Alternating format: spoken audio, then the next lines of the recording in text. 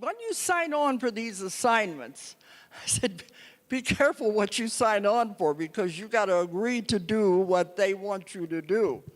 Go where they want you to go, to do what you want to do. But they have told me many times through my clients, you find your passion. You find what you're really supposed to do, what you're here for. You don't get sick and you don't age, because you're doing what you're supposed to be doing. And you're happy doing it. So that's probably why they said, I found what our mission is after raising a family and doing all this other thing. That's why I said I've had several lives in one.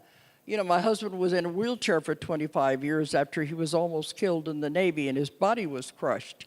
So we had to get all that behind us and raising a big family before the universe said, now it's time to step into this role. So you never know what kind of a plan or contract you have made on the other side before you come in. So don't try to get out of it too soon. The best is yet to come. You don't know what the rest of the contract is. First, you have to get rid of all the old junk, the garbage and the baggage out of your life. And then you can move into what you really came for. So many people come to see me and they said, I want out. I want to commit suicide. I don't want to be here anymore. They don't realize what they've contracted to do. Of course, if you get out too soon, you got to come back and do it again. You don't get out of anything. That's not the way the law of karma works. Okay, I'm not going to go into too much of the 3 waves of volunteers. I think last year, that's what I mostly talked about, wasn't it? That's the book I finished last year, and it's making waves all over the world. But I want to mention it. It's the 3 waves of volunteers in the New Earth. But as I said, all of my work is an accumulation of the different information that comes through all of these thousands of people that I see. That's how I come up with these theories. First, let's talk about the Earth School. You've all signed on to be here in the Earth School. And I'm going to talk about that first to show where you have come to now as we're in 2012. And the different speakers have been talking about God, and this is all in my books also. And that's why I said a lot of these concepts were very challenging in the beginning. Okay, we all began with God. I have so many clients coming to me, and on their list of questions is always, where did I come from? But they always say, why am I here too? Well, where did I come from? And I tell them we all came from the same place. No, I want to know what's my home planet. There's no such thing.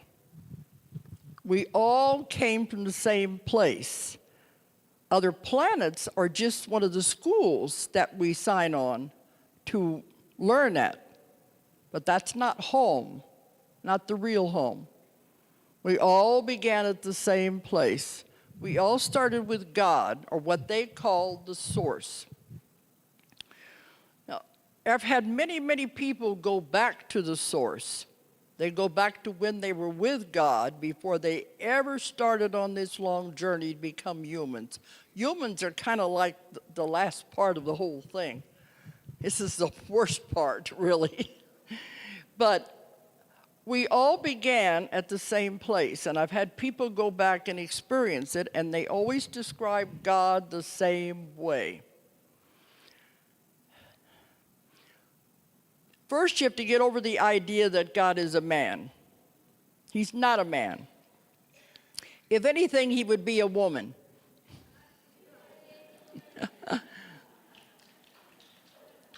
Because women are the creative power. But he's neither one. He's not male or female. There is no gender. And when people go back to be with God, they're just doing instead of going to past lives, this is what they do. They go back to the beginning. They always describe it the same way. that God is like a huge energy force. They describe it like a big bright light. Some of them say they are in the sun, but it's not hot. Other ones say the great central sun is what they call it. But it's a huge light. And when they're there, there's total love. They don't want to leave. They're all together. Everyone is together, and they all want to stay there. They don't want to leave. It is so much love, and it's so much beauty. And when I've had people go back there, they say, "Don't wake me up. I want to stay here," because it's so beautiful. And afterwards, the ones I work with, they always come through the people I work with, and they said that the person who had the session, they wanted to get a taste of what it was like. It was one of their questions. They wanted to know, what is God really like? They wanted a taste of home. But they said, we can just give her a taste. If we showed her what it was really like, she wouldn't want to return. But you gave her enough so that at least she'd have an idea of what it was like. It's so beautiful and so wonderful. They said, a human being cannot really understand the totality of God, of the source. It is so enormous. They said, our belief in God and our concept of God is like a tiny thread compared to what it really is. We cannot understand the totality of it. Then they said, consider the other people out there who don't even have the metaphysical background. Their concept of God isn't even as big as a tiny thread. That's how hard it is to understand. But they said it's the glue that holds everything together. If it were to wink out for a fraction of a second, everything would disintegrate. That's how powerful this is. And I've gone into a lot of this in my books, the different versions of the dreamer dreams a dream, life is an illusion. One concept I like to bring up that may shake you up a little. This building, this room, didn't even exist until you collectively decided to be here today. Is that a little hard to understand? This is the kind of concepts I'm getting. It's the collective consciousness of how it creates. That when we decided to come here, we constructed this thing out of the energy, because everything is energy. And that's how it works. When we all began, we were all part of God. This beautiful light, this huge energy, total love, we all began there. And God decided he wanted to learn, he wanted to know, he was curious. So what happened? He burst out in all directions. It's called, some of them call it the Big Bang Theory. And I've had a lot of people argue with me about these things. I'm the reporter, remember, the reporter, the investigator. I report what I get. It burst out in all directions, and when it did, all these tiny sparks flew out in all directions. Some of these sparks became galaxies. Some of them became universes. Many, many of them became your own individual soul. When I take people back in the sessions to find out what you really, really are, all they see is a tiny little spark of light. That's what your soul is, your spirit, a tiny little spark of light. And that's how you all began. You are not a body. You have a body. This is just a suit of clothes, a costume you're wearing right now to play this part, this role in this stage play that you're involved in. Everything is an illusion. Nothing is real. I've had people go through the death experiences, and After they've died and they're on the spirit side, they look back at the life and they'll say, it was just a play. I can see all the actors on stage getting ready to come out and play their parts. I can see the actors in the wings getting ready to come on. And they said, but when I was there, it was so hard and so difficult. But now that I'm on the other side, it was like a blink of an eye. We get caught up in the illusion. So you are the producer, director, and actor in your own play. You're also the script writer. But the script is being written as it goes along. You know what that means? You can change the script anytime you want. You're the writer. You're the actor. You don't like the way the scene is going? Change it. This is how much power we have, and we don't realize it. So you're just an actor wearing a costume to play this part. But when God burst out and sent everyone out, he said, go, my children, and learn. Learn everything there is to learn. Have every experience there is to experience. He said, there is no bad, there is no good. There's only lessons and experiences. And you choose these every time you come into a life. And what you chose to learn. We all have bad things happen in our lives. That's life. But what did you learn from it? Remember, you created it to learn something from. You made it maybe more difficult than it should have been, but you created it to learn something. And I have clients that I ask that to, and they'll say, I didn't learn anything. It was just a horrible experience. What happens then if you say, I didn't learn anything? You got to take that class over again. Earth is nothing but a school that you signed on here to experience.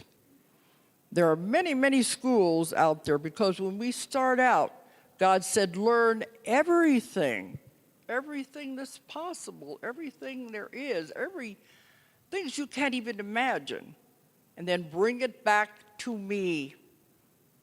And when we're all done with all of our schools, with all of our lessons, we take all the information back, download it into the gigantic computer that is God, that is the source.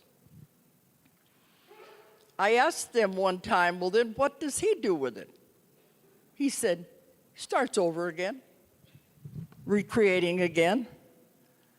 So it's unending. But when you start on the schools, you go to other planets, you go to other dimensions. You have to know what all of that is like. And I proved this by taking hundreds of people. I never know where they're going to go. I think they're going to go in a past life. They don't. They go on these other planets, other dimensions, and they learn whatever it is to be learned there. But when you come to Earth, they said this is the most difficult planet in the universe. It's the hardest. It's the densest. It's the heaviest. They don't want to come here. It's very, very difficult. They have a lot more fun on the other planets.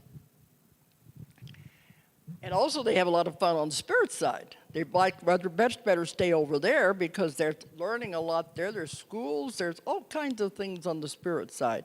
And I've written about all of these things in my books. But when they decide they're going to come to Earth and take on Earth's school, they're warned. This is going to be very difficult. You know this, don't you? Once you sign on for the Earth school, it's a long school. You can't get out of it until you are finished. You have to take all the grades, all the steps.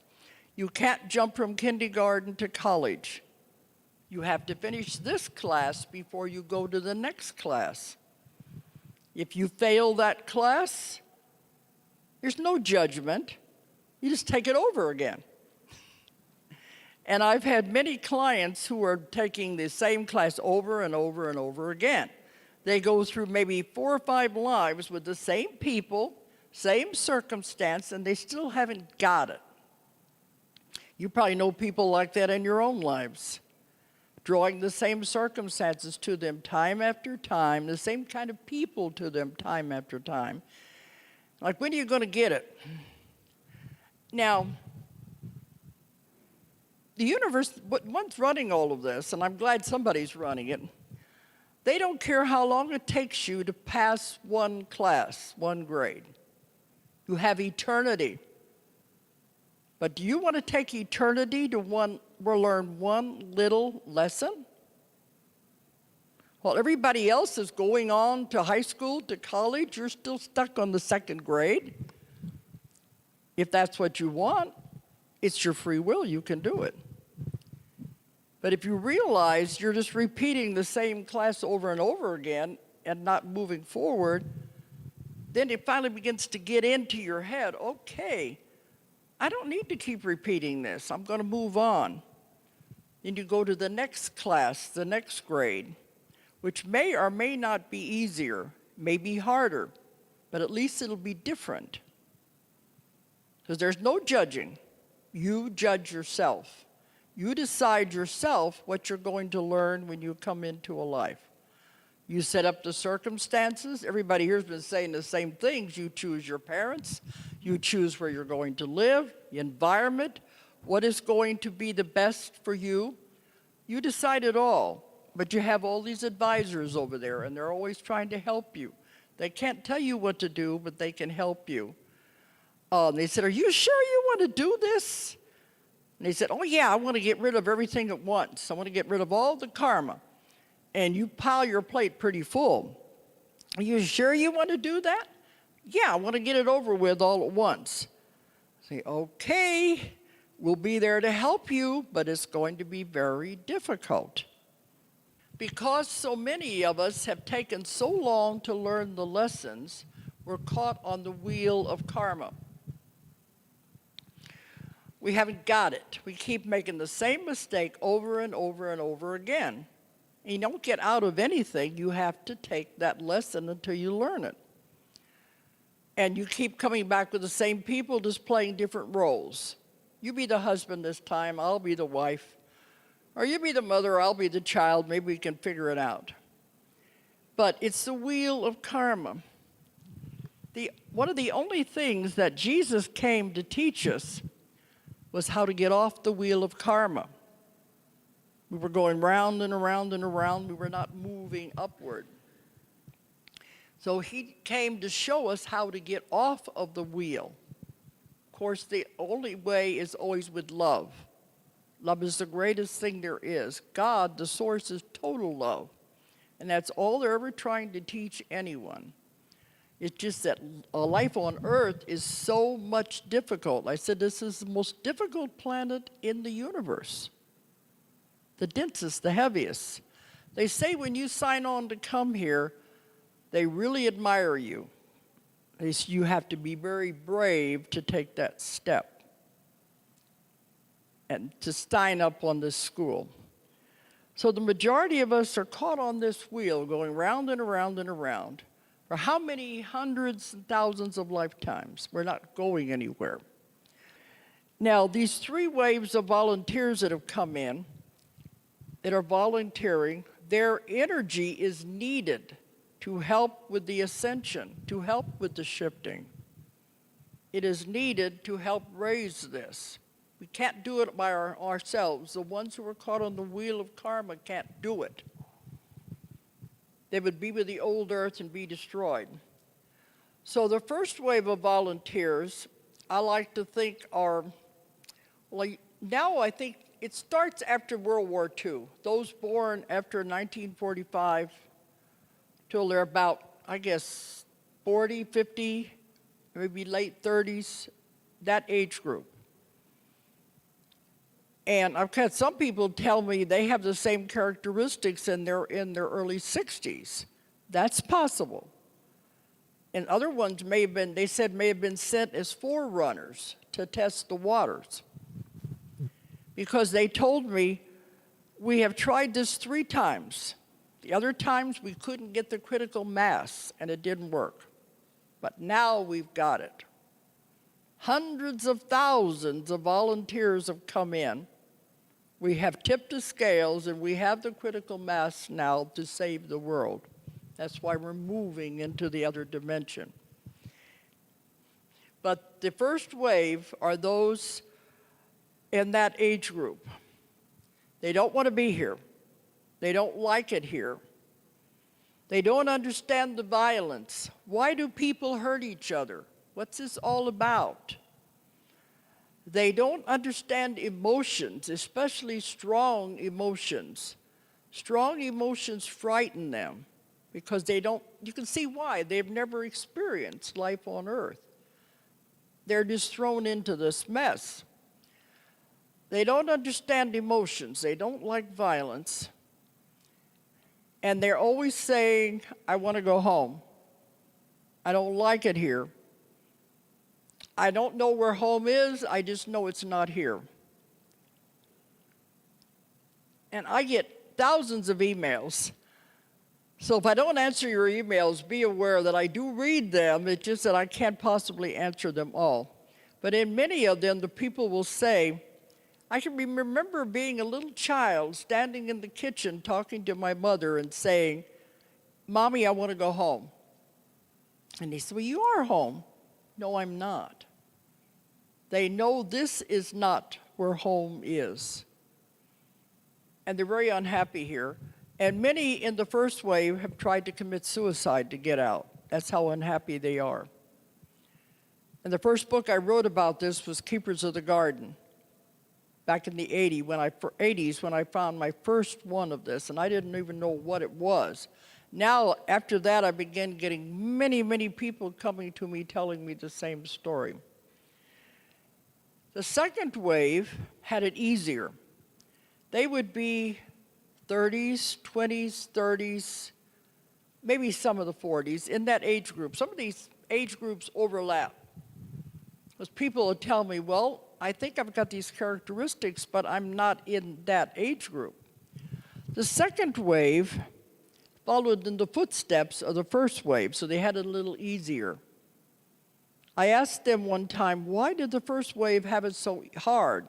They said, because somebody had to be the one to be the way shower, the pioneer, to start that out, to set the path for the other ones to follow. That's why it was more difficult. So the second wave have come in. They are what I call antennas, generators, channelers of energy. They are here receiving this energy to send the energy to all the other people of the world.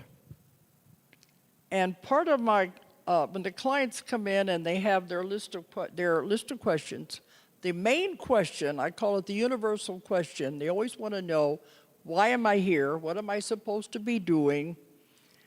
And, that's the main question.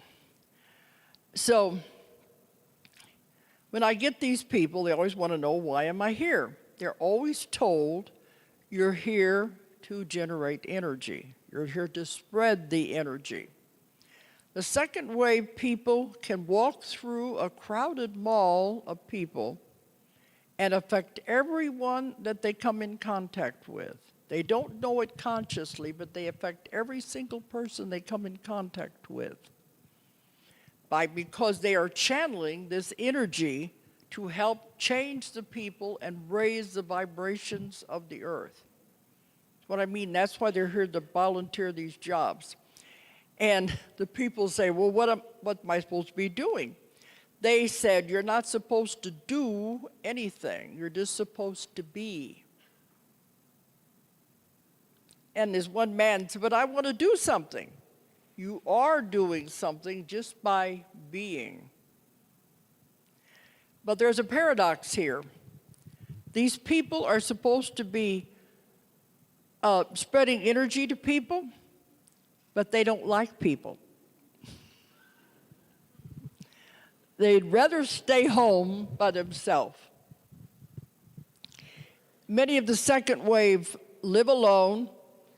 They work from their homes. They have no desire to go out and mix with people. They don't like the energies of the other people. Many of them don't get married. First and second wave, many of them don't marry and don't have children because having children, you create karma. And when these volunteers come in to Earth, they have a coating, a covering, a sheath over their body, their soul, to keep them from accumulating karma. It kind of bounces off of them because they don't want them to be stuck here. Do your job and get out. So they're just here to help. So the second wave had it a little easier, but still you're here just to generate energy and help people. The third wave, of course, are the children, the new children that have come in. Everybody's DNA is being changed. It's all part of this shifting into the new earth. Everybody's DNA is being changed. Now with this shifting, the older people are having the hardest time adapting. Of course, the young people are already there. Their DNA is already where it's supposed to be when they come in. They're so advanced. They're there already. That's the third wave. The gift of the world are these children. But the other ones, we have to catch up. But I said it has to be a gradual process, a gradual shifting. And many of these, especially the older people, they said if you can't handle it, you'll transition. Because now the energy is speeding up and they're moving much, much faster.